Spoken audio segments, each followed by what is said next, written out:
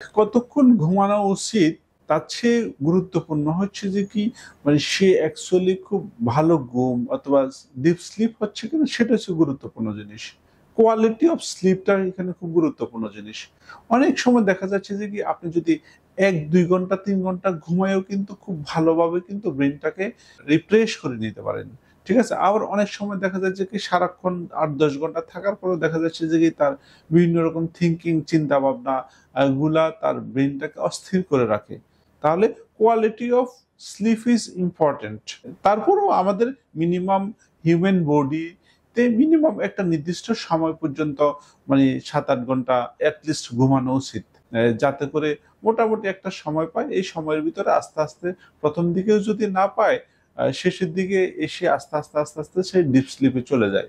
সেটাও ডিপেন্ড করে হ্যাবিটের উপরে, রেশিয়াল বিভিন্ন ফ্যাক্টরের উপরে এবং মানে পারসন টু পারসন এবং তার মানে শারীরিক পরিশ্রমের উপরে ব্রেইনের পরিশ্রমের উপরে আসলে ডিপেন্ড করে আপনি অ্যাকচুয়ালি কত ঘন্টা ঘুম যাবেন অথবা প্রয়োজন।